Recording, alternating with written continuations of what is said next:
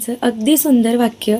तुकाराम महाराज म्हणतात, ज्याच्या अंगी मोठेपण तया यातना कठीण. म्हणजेच जो खरोखर मोठा माणूस असतो ना, त्याला खूप दुःख, कष्ट, यातना आणि संकट सहन करावं लागतं. कारण मोठं होणं सोपं नसतं. मोठं होण्यासाठी रात्रंदिवस कष्ट करावे लागतात आणि खूप मेहनत घ्यावी लागते. तुका म्हणे ज्ञान भावे लहान होणी लहान. तुकाराम महाराज म्हणतात, जर आपल्याला खरं ज्ञान हवं असेल ना, तर आपण खूप नम्र आणि साधं राहायला पाहिजे. गर्व कधीच करू नये, लहान बनून राहावं. थोडक्यात सांगायचं झालं तर ना, जर आपल्याला मोठं व्हायचं असेल ना, तर आपण नेहमी नम्र राहायला हवं. म्हणजे आपल्या साध्या भाषेत सांगायचं झालं तर डोक्यावर नेहमी बर्फ आणि तोंडात साखर ठेवून बोलायचं. म्हणजे आपली सर्व कामं पण व्यवस्थित होतात आणि वादावाद होण्याची पण शक्यता कमी होते. आजकाल बघा, प्रत्येक गल्लीमध्ये एक शेर पाहायला मिळतो आणि प्रत्येक माणसामध्ये ना भरभरून इगो भरलेला आहे. त्यामुळे काय करायचं, कोणाच्याही तोंडाला लागायचं नाही. आपलं काम आपण व्यवस्थित करायचं आणि डोकं शांत ठेवायचं. आपलं काम आपण करत राहायचं. जेवढं ज्ञान आपल्याला घेता येईल तेवढं आपण घ्यायचं. आपण आपल्या कामामध्ये ना एवढं व्यस्त राहायचं की दुसऱ्यांचा विचार करायला आपल्याला वेळच मिळाला नाही पाहिजे. तरच जगणं ना एकदम सुखाचं होऊन जातं आणि समाधानाचं देखील. नमस्कार ताईंनो, मी शीतल तुम्हा सर्वांचे स्वागत करते आपल्या मराठी ब्लॉग चॅनलमध्ये. आणि सर्वांना श्री स्वामी समर्थ. तसेच गुड मॉर्निंग, कारण मॉर्निंगचा टायमिंग आहे आणि सकाळी 5:24 मी उठले. त्यानंतर खाली आले. खाली सर्व भाज्या वगैरे रात्री यांनी आणल्या होत्या, त्या सगळ्या धुवून टेबलवर ठेवल्या. त्यानंतर सुरुवातीला उठल्याच्या अगोदर मी आंघोळ वगैरे करून घेते, कारण मला स्वयंपाक वगैरे बनवायचा असतो. त्यामुळे तर आता माझं सगळं आवरून झालं आहे आणि सकाळी 10 मिनिट का होईना मी स्वतःसाठी काढते. जे काही आपल्याला व्यवस्थित केस वगैरे विंचरून घेते, स्वतःचं थोडंसं पावडर वगैरे चेहऱ्याला लावून घेते. बाकी मेकअप वगैरे तर जास्त मी करत नाही. तर हे सगळं करून घेते, कारण मग बघा दिवसभर काही आपलं स्वतःकडे लक्ष देणं होत नाही. घरामध्ये भरपूर असं काही कामं असतात आणि त्यामध्ये मग स्वतःचं आवरायचं मी विसरून जाते. त्यामुळे मग सुरुवातीला सकाळचे जे 10 मिनिट हे मी स्वतःसाठी काढते, स्वतःचं व्यवस्थित आवरून घेते आणि त्यानंतर मग माझ्या कामाला वगैरे लागते. तर आता माझं छान असं आवरून झालं आहे आणि आता स्वयंपाक वगैरे पण मला करायचा आहे. शिव आणि आरू दोघंही झोपलेले आहेत छान. आणि आज आरूसाठी मी खूप छान अशी रेसिपी बनवणार आहे. तर सकाळी सकाळी इथे देवाला फुलं घेऊन आले. फुलं फ्रीजमध्ये ठेवले, कारण देवपूजा मी सकाळी लवकर नाही करू शकत, कारण स्वयंपाक वगैरे मला आधी करायचा असतो. ह्यांना कामाला जायचं असतं ना, त्यामुळे नंतर मग मी निवांत देवपूजा करते ताईंनो. कारण घाई गडबडीत मला देवपूजा करता येत नाही. त्यामुळे मग मलाही केल्याच्या नंतर समाधान वाटत नाही.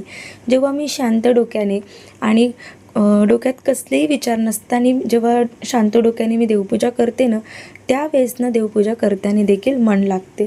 त्यामुळे तर इथे सकाळी सुरुवातीला घरातलं सगळं पारूसं झाडून मी काढलं आणि मला एक कॉमेंट्स आली होती की ताई सकाळी लवकर कसं उठायचं ते थोडंसं सांग.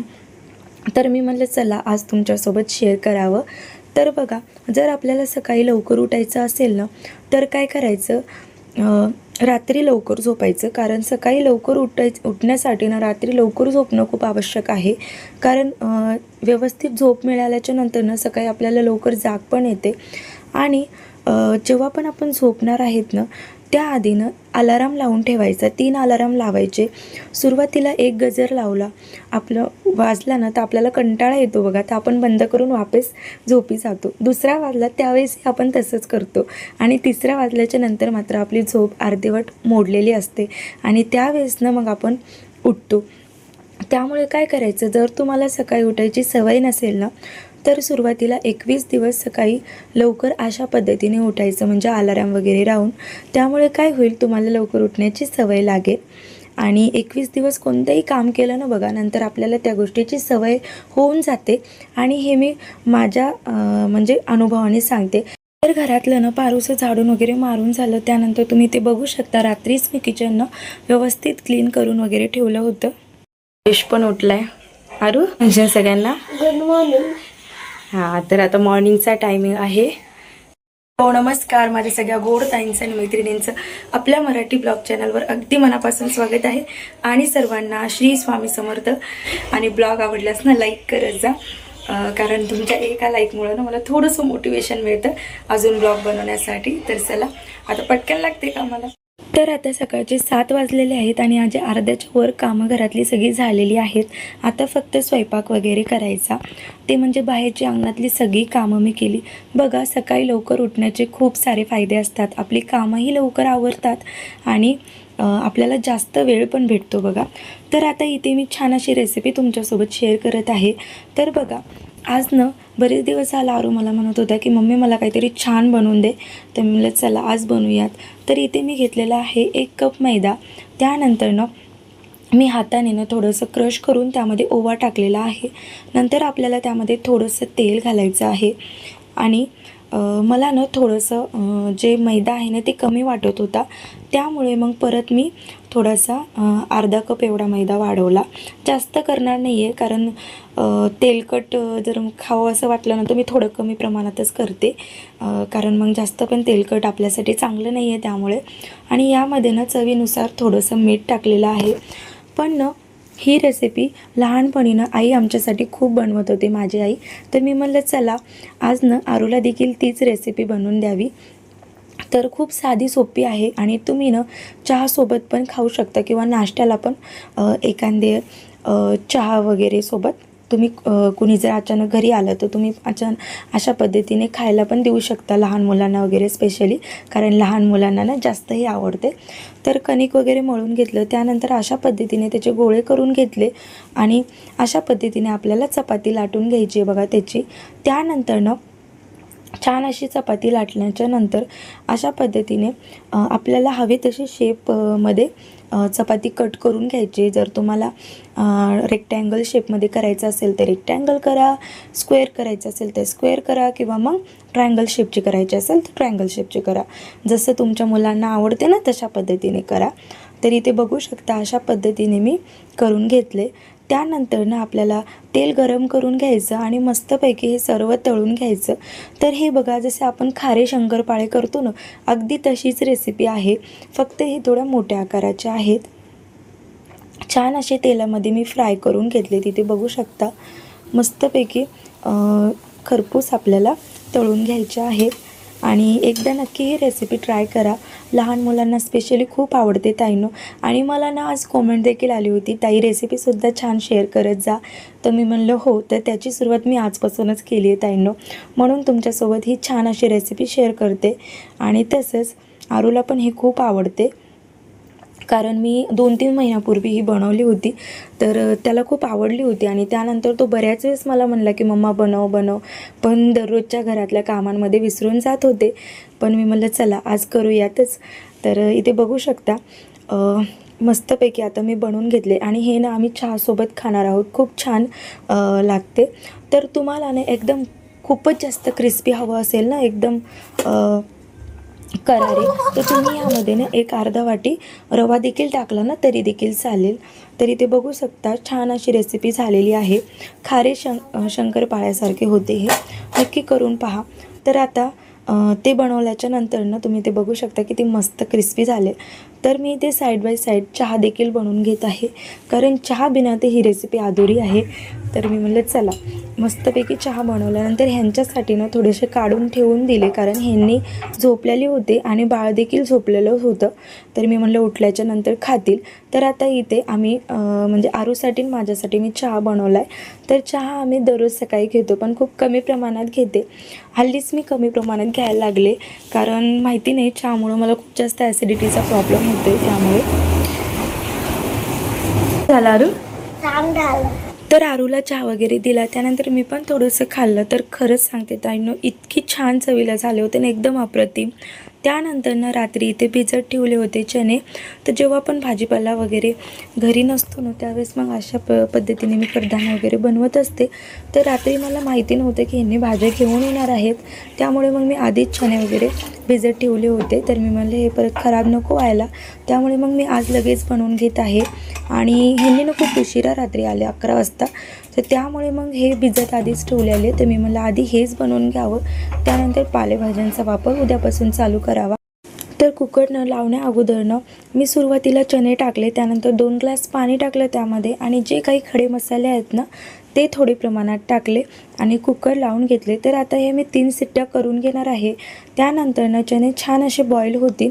नंतर आपण त्याची भाजी बनवणार आहोत. तर ना इथे सुरुवातीला बघू शकता किचन रात्रीच क्लीन केलेलं होतं, तरीसुद्धा ना सकाळी मी एकदा ना कपडा मारून घेत असते आणि त्यानंतर मग स्वयंपाकाला सुरुवात करते. तर आता इथे मी 2 कांदे घेतलेले आहेत. आता हे मी बारीक कट करून घेणार आहे. तर सुरुवातीला ना जे काही स्वयंपाकासाठी सामान लागतं ना ते सगळं मी तयार करून घेते आणि त्यानंतर ना नंतर पटापट सर्व फोडण्या वगैरे देत असते. तर चला, थोड्या वेळापूर्वी मी तुम्हाला सांगत होते की सकाळी लवकर कसं उठायचं. तर तेच आता आपण टॉपिक कंटिन्यू करूयात, कारण जे काही थोडंसं राहिलेलं आहे ना ते लगेच सांगून टाकते. तर बघा ताईंनो, अशा पद्धतीने जर 21 दिवस ना तुम्ही अलार्म लावून उठलत ना तर त्यानंतर तुम्हाला लवकर उठण्याची सवय लागून जाते. त्यानंतर ना दुसरा प्रश्न असतो ते म्हणजे सकाळी तर आम्ही लवकर उठतो, पण तरीसुद्धा आमचं काम लवकर होत नाही किंवा तरीसुद्धा आमचे कामं पटापट आवरत नाहीत. त्याचं सर्वात मोठं रिझन आहे ते म्हणजे मोबाईल. तर तुम्ही पण या गोष्टीला ॲग्री करताल बघा ताईंनो. कारण बघा, आपण काय करतो, सकाळी तर लवकर उठतो, पण उठल्याच्या अगोदर आपल्या सर्वांची सवय असते मोबाईल पाहण्याची. 2 मिनिट का होईना आपण मोबाईल हातात घेतो, पण 2 मिनिट हे कधी अर्ध्या तासात बदलून जातात हे काही आपल्याला कळत नाही. आणि हे खूप कॉमन आहे, सर्वांबद्दलच हे असं होतं. सकाळी उठल्याच्या नंतर आपण फोन घेतो, त्यानंतर आपण 2 मिनिट रील्स बघतो आणि ते रील्स स्क्रोल करता आपला 15 मिनिट होऊन जातं, अर्धा तास होऊन जातं, तरी देखील आपण स्क्रोलच करत राहतो आणि त्यामध्ये आपला बराचसा वेळ वाया जातो ताईंनो. त्यामुळे काय करायचं, जे काही आपल्याला इम्पॉर्टंट मेसेज वगैरे येतात ना त्याचा थोडाफार रिप्लाय करायचा. कुणाची गुड मॉर्निंग वगैरे आले तर रिप्लाय करायचं. त्यानंतर मोबाईल ठेवून द्यायचा आणि आपले कामाला सुरुवात करायची. तर बघा, मोबाईलमुळं काय होतं, बऱ्याच वेळेस आपलं कामं खूप लेट होतात किंवा तुम्हाला खूपच मोबाईल पाहायची सकाळी इच्छा होते ना, तर काय करायचं, एक 10 मिनिट टाईम ठरवायचा की मी 10 मिनिट मोबाईल बघेल, त्यानंतर मी ठेवून देईल. त्यामुळे मोबाईल पाहायचं पण होऊन जाईल आणि तुमची कामं पण होतील. तर अशा पद्धतीने तुम्ही करू शकता. आणि खरं सांगायचं झालं ना, आजकाल मोबाईलमुळं याच्यामुळं आपला बराचसा वेळ वाया जातो. कारण सकाळचा जो टाईम असतो ना तो खूप किमती असतो बघा. सकाळच्या वेळेस आपण जर कामं केले ना तर आपले जास्तीत जास्त कामं कमी वेळेत उरकतात. त्यामुळे थोडं मोबाईलपासून सकाळी दूर राहायचं. आणि जर तुम्ही चहा वगैरे घेत असता आणि त्या टायमाला तुम्ही मोबाईल बघितला तर काही हरकत नाही, पण शक्यतो थोडंसं सकाळच्या टायमाला मोबाईल पाहायचं टाळायचं. त्यापेक्षा जेव्हा तुमची सर्व कामं होतील ना त्यानंतर आरामात तुम्ही अर्धा तास मोबाईल बघत जा. त्यामुळे काय होईल, तुमची कामंही वेळेत उरकतील. तर चला, कोणालाही जबरदस्ती नाही आहे, नाही तर म्हणताल की ही काय मला सांगते मोबाईल नाही वापरायचा. तर असं अजिबात नाही ताईंनो. जसं तुम्हाला ठीक वाटत असेल तसं तुम्ही करत जावा. फक्त मी माझं रुटीन तुमच्यासोबत शेअर करते आणि मला जे काही तुम्ही प्रश्न विचारता त्याचे उत्तर देत असते. असो, तसेच ताईंनो, सकाळी लवकर उठण्याचे खूप सारे फायदे असतात.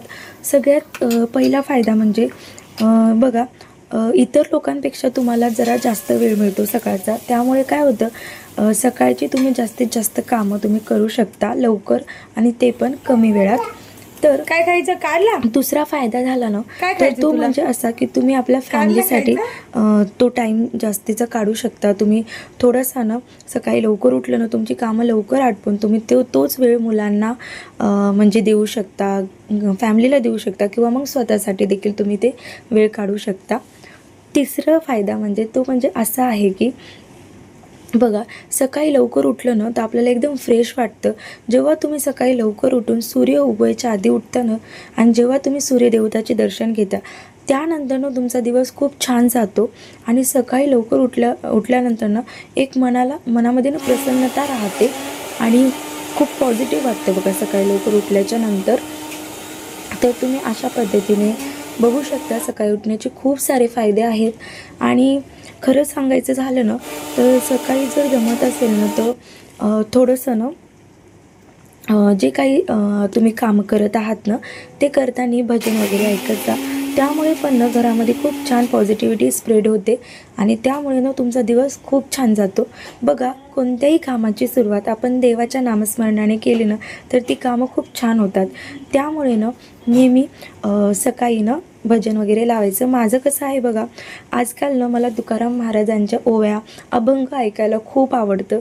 त्यामुळे मी काय करते, साईडला दुसऱ्या मोबाईलमध्ये ना कीर्तन लावून ठेवते किंवा मग अभंग लावून ठेवते तुकाराम महाराजांचा आणि ते ऐकत बसते आणि ऐकत ऐकत माझी सर्व कामं करते. त्यामुळे मग कधी माझी कामं होऊन जातात हे देखील कळत नाही.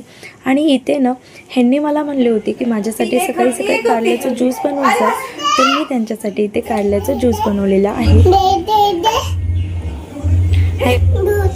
ज्यूस प्यायचं, कडू आहे कडू प्यायचं. ठीक आहे, पप्पा पशी चल मग देते. हा चल तुला ज्यूस, हे कारल्याचं ज्यूस आहे, प्यायचं. पिल्लू बघा प्यायचं बोलतोय. कारल्याचं ज्यूस थोडंसं बनवलं, कारण तू नाही पिणार. बरं ठीक आहे ठीक आहे, हा हा पी पी. आकर आकर, हे बघा ज्यूस प्यायचं बोलतोय करायले. पिल्लू कडू आहे. बरं ठीक आहे, आकर आकर. थांब मी कप मध्ये त्यांच्यासाठी काढून देते. तू बघा किती रडायलंय प्यायचं म्हणून. पी पी, यमी आहे का बघ.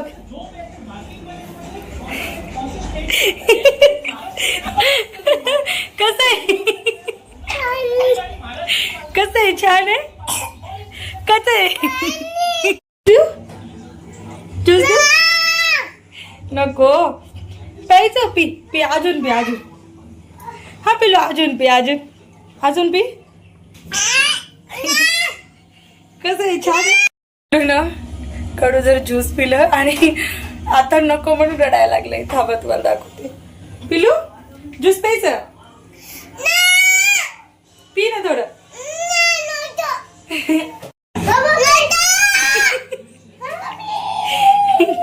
होते शिवला, पण तो अजिबात ऐकत नव्हता आणि पिल्याच्या नंतर नुसतं नको नको म्हणून ओरडायले. चला असो, पटकन स्वयंपाक करायचा. पिलं ना तू, काय प्यायचं तुला.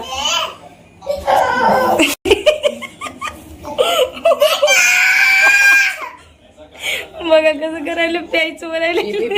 तुला दे ना पप्पा, पप्पा प्यायलेत. त्याला वाटायले त्यालाच प्यायला आणायलेत काय की ज्यूस. शिवला वाटायले मलाच पाजवणार आहे ज्यूस, त्याच्यामुळे तो रडायला लागलाय. चला शिवच्या पप्पाला दिलंय ज्यूस बनवून दिले. आता पटकन स्वयंपाक करते. भाजी टाकायची, भाजीची सगळी तयारी करून घेतली. चला.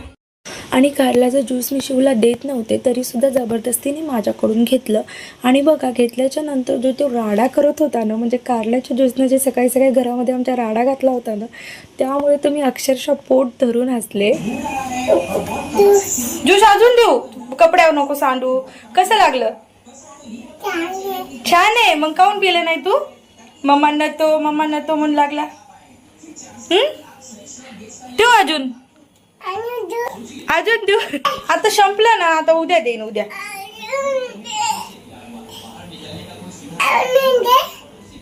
ज्यूस प्यायचं तुला. आधी हाय कर सगळ्यांना. किती क्यूट आहे माझ्या बाळ शिवू. आज पिल्लू सोबत भरपूर अशा गप्पा मारल्या आणि कारल्याचा जो राडा होता ना, तो तर आज एकदम जबरदस्त होता. एवढं आजपर्यंत आम्ही कधीच सकाळी उठल्याच्या नंतर हसलो नाही जेवढं आज हसलो. आरूचे पप्पा देखील म्हणत होते याचं काही नवीनच आहे, मला पिवा असं वाटत नाही पण हा मागतोय असो. तर चला आता इथे मी भाजी बनवायला घेतली. सुरुवातीला कढईमध्ये तेल टाकलं, त्यानंतर ना बारीक कट केलेला कांदा टाकला, जे काही खडे मसाले असतात थोडेफार ते सर्व टाकले. आलं लसणाची पेस्ट टाकलेली आहे. यामध्ये खडे मसाल्यामध्ये तेजपान, मोठी इलायची, दालचिनी, 2 लवंगा आणि 2 मिरे टाकलेले आहेत. त्यानंतर टोमॅटोची जी प्युरी बनवून घेतली होती ती यामध्ये टाकली. छान अशी आपल्याला तेलामध्ये फ्राय करून घ्यायची. त्यानंतर थोडासा छोले मसाला ना मी पाण्यामध्ये मिक्स करून यामध्ये टाकला, जेणेकरून मसाले करपू नयेत. तर इथे बघू शकता ताईंनो छान असे मसाले शिजले होते. तर मसाल्याला ना छानपैकी तेल सुटलं ना, नंतर आपल्याला त्यामध्ये चवीनुसार मीठ, हळद पावडर, छोले मसाला, लाल तिखट आणि थोडंसं कलर येण्यासाठी काश्मीरी लाल मिर्च पावडर टाकायचं आहे. सर्व मसाले तेलामध्ये छान असे परतून घ्यायचेत. 2 मिनिट झाकण लावून ठेवलं की छान परतून होतात बघा. त्यानंतर वरतून मस्त अशी कोथिंबीर सोडायची. नंतर जे काही छोले आपण बॉईल करून घेतले होते ते सर्व यामध्ये टाकायचं. गरम पाणी देखील जे छोलेचं गरम केलेलं पाणी आहे ना ते सुद्धा यामध्ये टाकायचं. त्यामुळे काय होतं आपल्याला सर्व प्रोटीन व्यवस्थित मिळतात बघा त्याचे. तर चला आता भाजी बनवून झाली, त्यानंतर साईड बाय साईडने इथे मी जिरा राईस बनवलेला आहे. सिंपल आणि पटकन असा बनवलेला आहे बघा. तर याची रेसिपीसुद्धा मी ब्लॉगमध्ये तुमच्यासोबत शेअर केली आहे. तर त्यानंतर सुरुवातीला कुकर लावून घेते, भाजी बनवते आणि नंतर लास्टला मी चपात्या बनवते. त्यामुळे काय होतं, नंतर शेवटी चपात्या बनवल्या ना मग सगळ्यांना गरम गरम खायला देता येतात. त्यामुळे तर आता इथे ना कणिक मी मळून घेत आहे. तर चला आता पटकन मी चपात्या वगैरे करून घेते.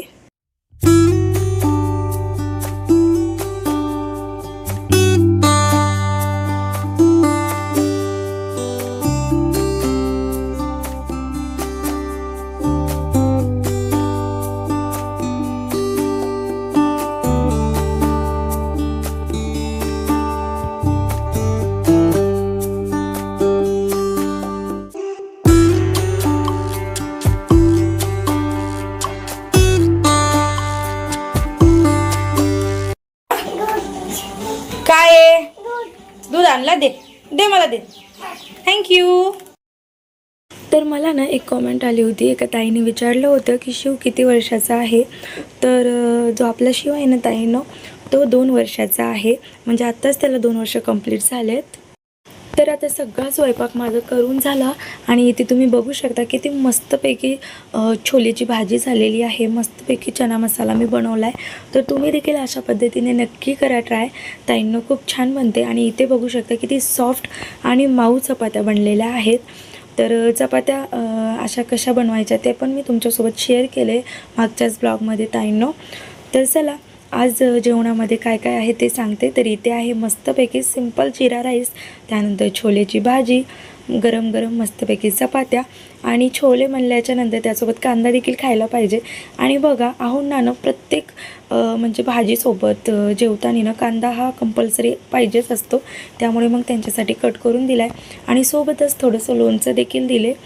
तर चला आता ह्यांना ताट नेऊन देते आणि कसं झालं आहे स्वयंपाक ते देखील विचारते.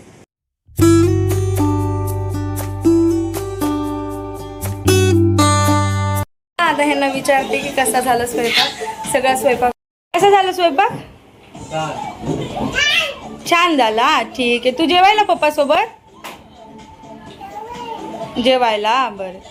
तर चला आता इथे आयुषसाठी पण मी बनवून घेतले ताट. तर आरूला ना छोलेसोबत चपाती नव्हती खायची, तर मग त्याच्यासाठी पटकन मी अशा पुऱ्या बनवल्या. रेसिपी वगैरे शेअर केली नाही कारण आरूला भूक लागली होती ना, त्यामुळे मग मला पटकन बनवायचं होतं. आणि तसेच मला शिवांशलासुद्धा जेवू घालायचं आहे. तर आजकाल ना म्हणजे आजकाल काय आता 1 वर्ष तरी झालं शिवला थोडी थोडी चपाती वगैरे खायची सगळी सवय लावलेली आहे. आणि जी काही आपण घरी भाजी बनवतो ना त्या भाजीसोबत मी त्याला थोडंसं लावून खाऊ घालते चपाती वगैरे. त्यामुळे त्याला तिखट खायची पण सवय लागेल म्हणून. आणि त्याचबरोबर ना मी त्याच्यासोबत सपकसुद्धा एखादी भाजी किंवा मग खिचडी वगैरे बनवून ठेवते, जेणेकरून त्यानं जे हे नाही खाल्लं तर मग हे खाईल त्यासाठी. तरी ते ह्यांचा टिफिन वगैरे पण मी पॅक करून घेतला. शिव बाय कर पप्पाला. बाय. शिव बाय कर. ह्यांनी कामाला गेलेत आणि आता मला बाळाला जेवू घालायचे. शिव जेवण करणार ना? करणार. ठीक आहे. काय खायला तू? बिस्किट खायला? ठीक आहे चला. तर आत्ताच मी शिवला जेवू वगैरे घातलं, त्यानंतर मी बाळाला झोपी घातलं आणि तोपर्यंत वाजलेले आहेत 10. तर 10 वाजेपर्यंत एवढी सगळी माझी कामं झालीत. तर आता घरातला झाडूपोछा बाकी आहे ताईंना. तर सुरुवातीला ना देवपूजा वगैरे करण्याच्या अगोदरनं मी घरातली सगळी साफसफाई करून घेते आणि त्यानंतरच पूजा वगैरे करते. तर तुम्ही बघू शकता बघा, तर सुरुवातीला मी घरात झाडून वगैरे मारून घेत आहे आणि बाळ पण झोपलेलं आहे. तर बाळाला मी बेडरूममध्ये झोपी घातले. तर बघा असं म्हणतात की हात फिरे तिथे लक्ष्मी वसे. म्हणजेच जेवढी घरामध्ये तुम्ही साफसफाई ठेवता, स्वच्छता ठेवता, तेवढी घरामध्ये भरभराट होईल, समृद्धी येईल आणि लक्ष्मी नेहमी आपल्या घरात वास करत राहील. तर त्यामुळे ना खूप आवश्यक आहे आपलं घर स्वच्छ ठेवणं. हो, पण जर घरी लहान मुलं असतील तर थोडासा उशीर होतो, पण सर्व कामं करण्याचा प्रयत्न करायचा, होता होईल तेवढं घर स्वच्छ ठेवण्याचा प्रयत्न करायचा. त्यामुळे काय होतं, घरामध्ये प्रसन्नता वाटते, समृद्धी वाटते. त्याचप्रमाणे ना लक्ष्मीचा सदैव वास आपल्या घरामध्ये राहतो आणि आपलं घर धनधान्याने परिपूर्ण राहतं. तर चला, आता माझी सकाळची सर्व कामाला सुरुवात झालेली आहे.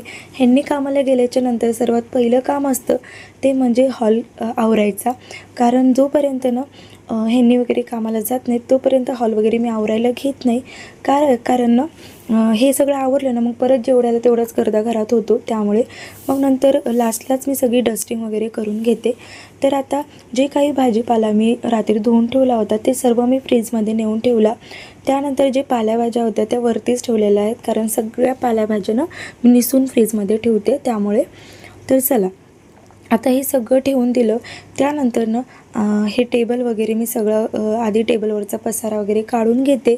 त्यानंतर थोडंसं कॉलिन वगैरे मारून स्वच्छ टेबल क्लीन करून घेते कपड्याने पुसून वगैरे.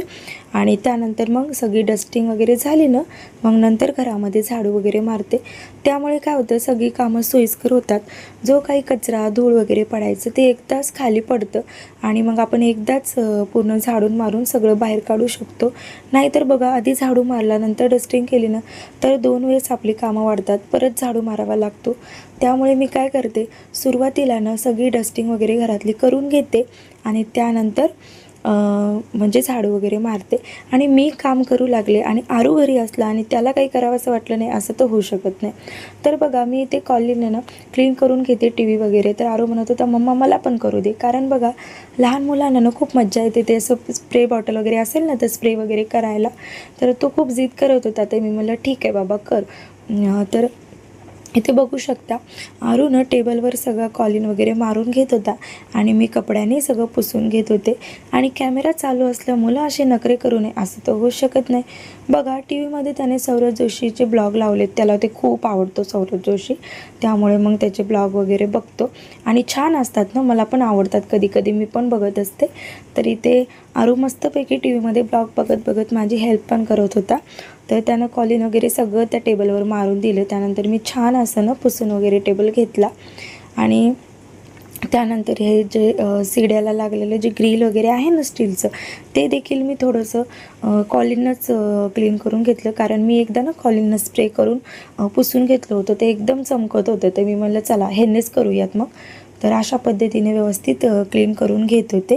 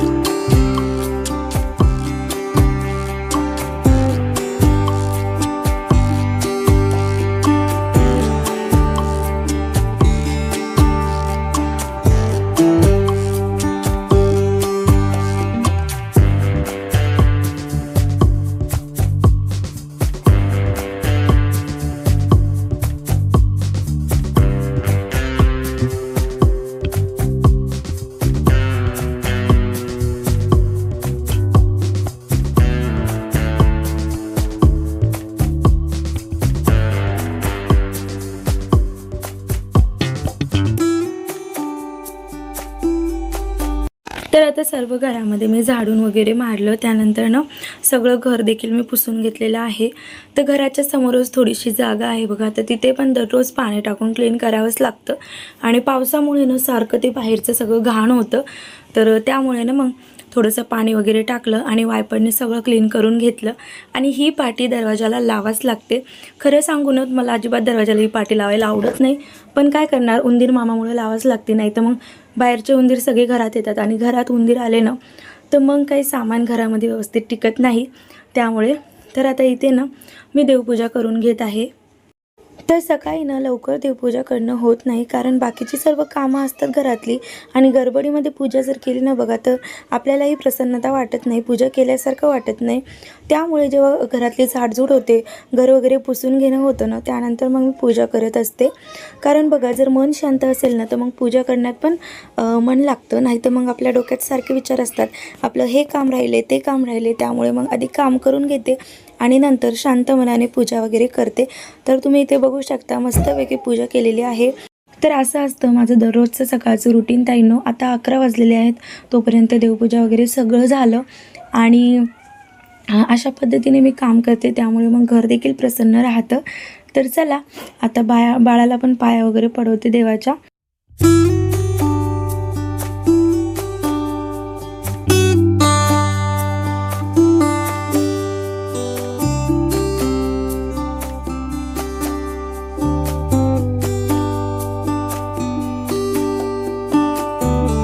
मस्त पिल्लूची आंघोळ झाली है ना पिल्लू. शिवाचं आवरले आणि शिव कुठे बसलाय? खिडकीमध्ये. पिल्लू इकडे बघ. शिवांश इकडे बघ ना, पाऊस बघत बसलाय, बाहेर जोरात पाऊस चालू आहे. पिल्लू काय करायला तू? झालं काय झालं? विचार सगळ्या मावशांना मी कसा दिसायलो म्हणा. मावशांनो बघत. चला आता इथेच व्हिडिओचा एंड करते. आजचा ब्लॉग तुम्हाला कसा वाटला मला नक्की कॉमेंट करून सांगा. व्हिडिओ आवडला असेल तर लाईक करा, शेअर करा आणि चॅनलला नक्की सबस्क्राईब करा. तसेच कुणी नवीन ताई बघत असतील तर प्लीज ताईनो चॅनलला सबस्क्राईब नक्की करा आणि बेल आयकॉन प्रेस करा. त्यामुळे काय होईल, माझ्या नवीन व्हिडिओचं नोटिफिकेशन तुम्हाला मिळत जाईल आणि तुम्ही ते प्रत्येक व्हिडिओ पाहू शकाल.